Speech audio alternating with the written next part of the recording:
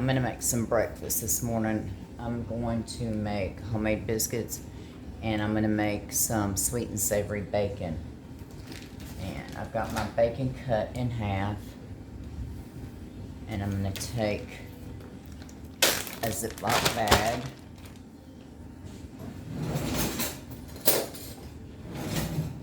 And I eyeball this. I will probably put 2 to 3 tablespoons of brown sugar. Doesn't matter if it's dark or light. I've used it all. Well, that's 1 tablespoon, but 3 of them in there.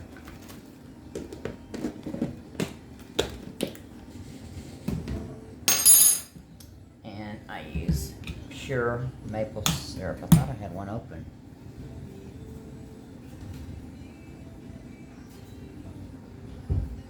But I don't.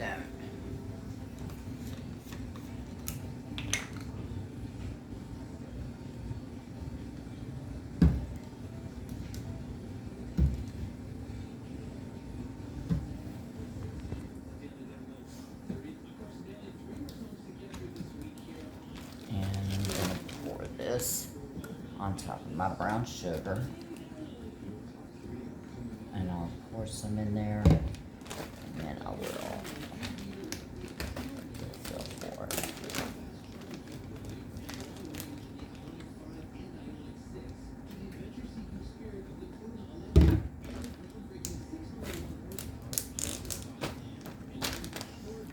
That's good. Just make sure your brown sugar is broke up and there's no lumps in it.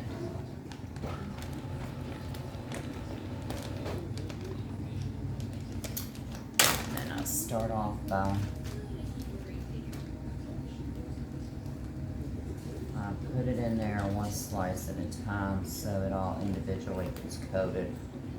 I'm not used to using Smithfield bacon. I usually get my bacon at Costco.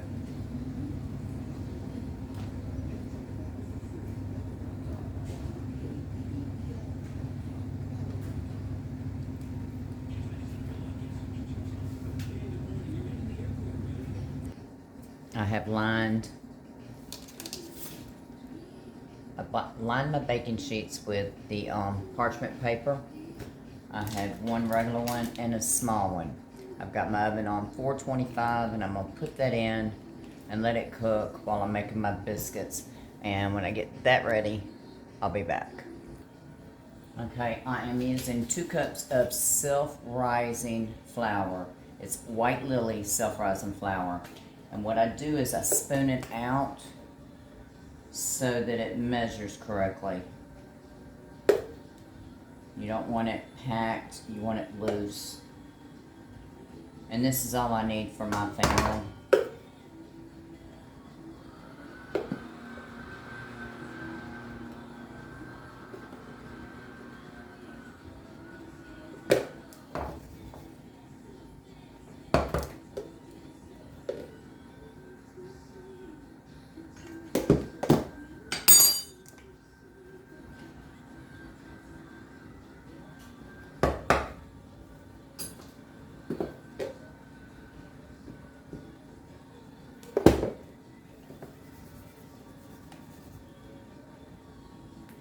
And I've got my sifter out so I can sift it into my bowl.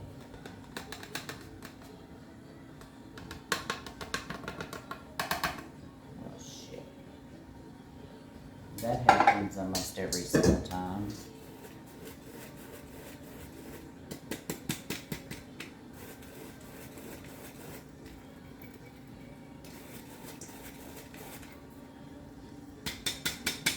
And I will sit this in the refrigerator while I get my butter and everything ready in my workplace, because everything being as cold as possible is important. It helps your biscuits become flaky, and it gives it pockets of wherever the butter is, it's going to give you a pocket, which makes it fluffy. So I'm going to set this in the refrigerator while I get everything ready. Okay, and I'm using my Kerrygold butter. I've had it in the freezer, and so it get nice and cut. I usually keep it in there longer, but I've got somebody cutting my grass. Well, they're not cutting my grass anymore. It's pouring down rain. It's supposed to storm here. So I'm gonna grate my butter into, and I did add salt to my flour.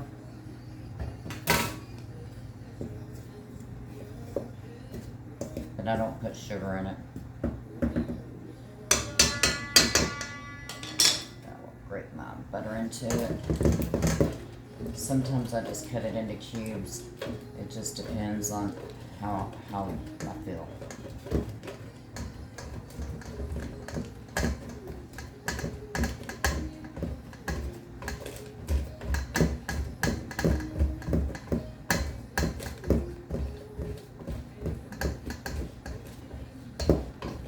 I've got my bread kneader out. Don't want to get no paper in it. And I use buttermilk because I don't like them with regular milk. They're just not as good.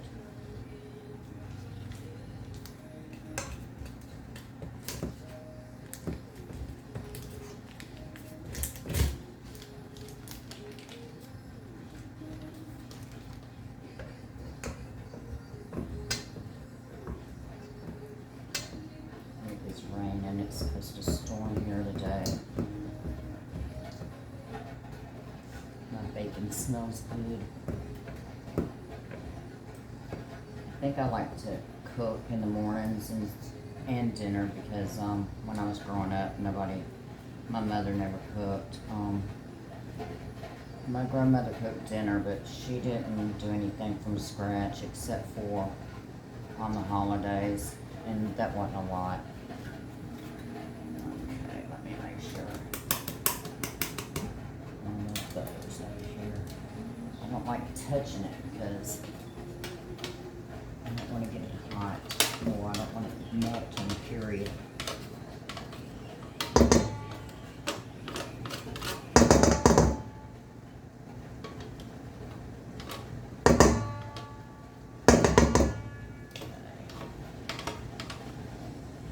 It's raining.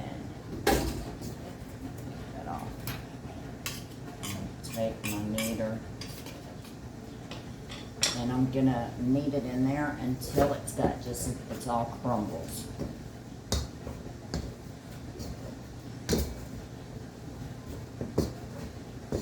And it will just look like little bitty crumbs.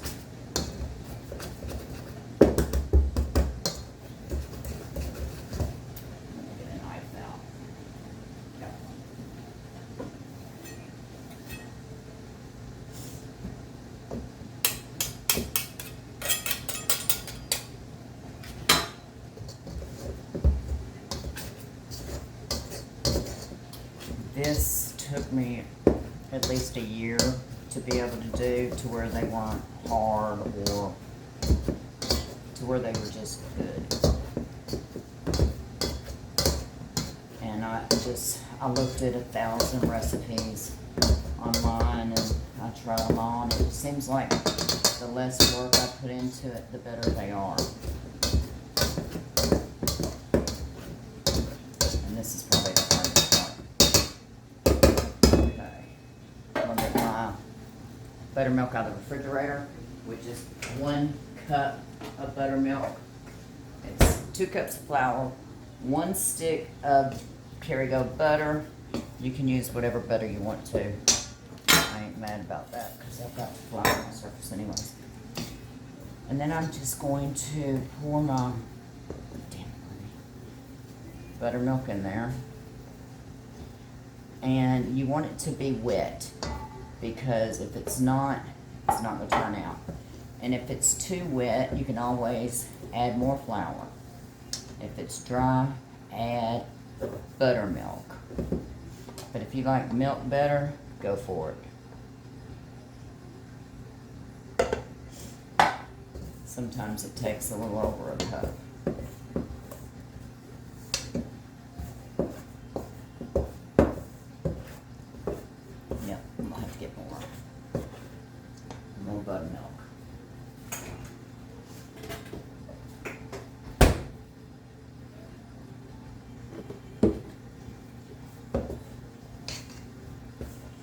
And you'll know if you need buttermilk if there's any loose flour in the bottom of your bowl. That's how I can tell. I got my biscuit cutter, and I'm fixing to flour my work surface because this is a good consistency. It's good and wet.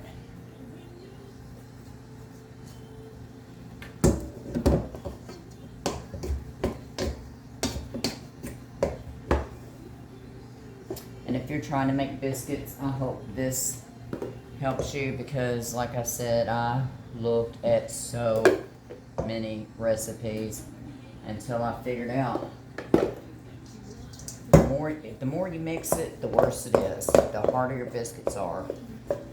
You just cannot knead the crap out of it.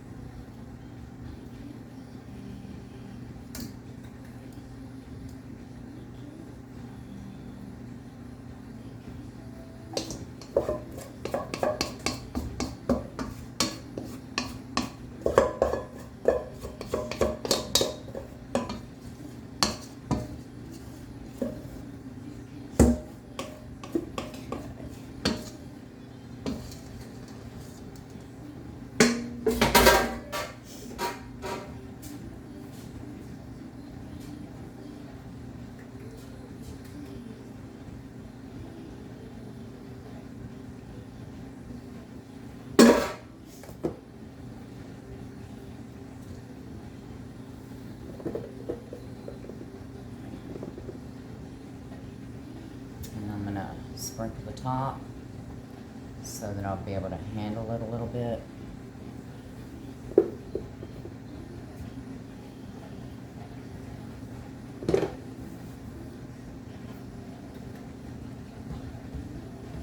And the first thing I'm going to do is I'm going to flatten it out a little bit.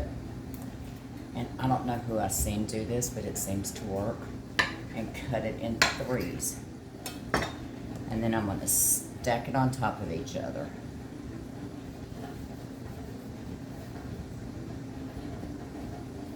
Then I'm going to, I don't like to knead it too much. I will flatten it back out and I will turn it on each end and then on the sides I'm going to turn it. That will help it have layers and make it even fluffier. Then I'm going to flatten it out again.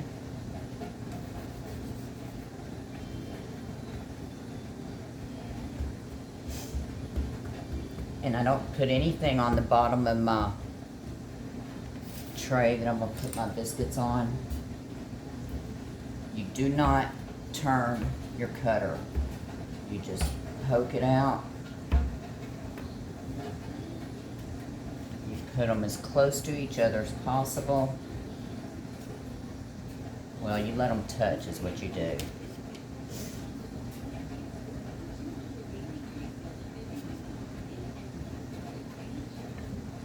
These aren't as thick as I like them, but it's okay. I cook them on 475 because if you cook them longer, they're going to dry out. You want them to cook as fast as possible.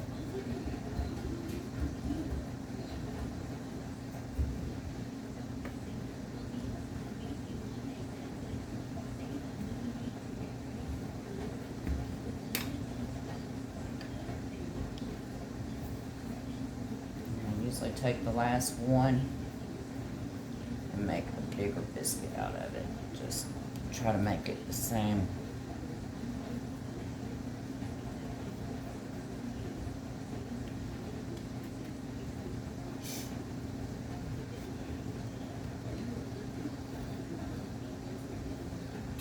And like I said, I got my oven on 475. I'm gonna put them on there, in there, probably about 10 to 12 minutes. I'm gonna clean up my mess and I'll be back. I'm fixing to take my biscuits out. I got my bacon out.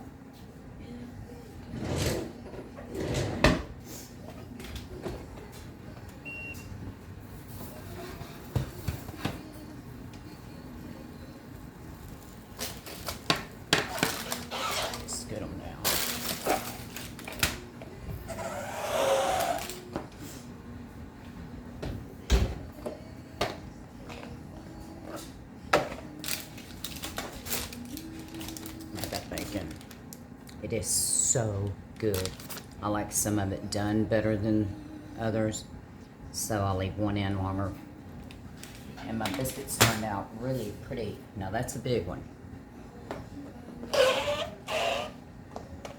The middle biscuit they say is the best. I don't believe that. I think they're all good. But if you have any questions on how to do any of this, I hope the directions on the biscuits, if you have a hard time with them, is easy for you. And thank you, and have a fabulous day.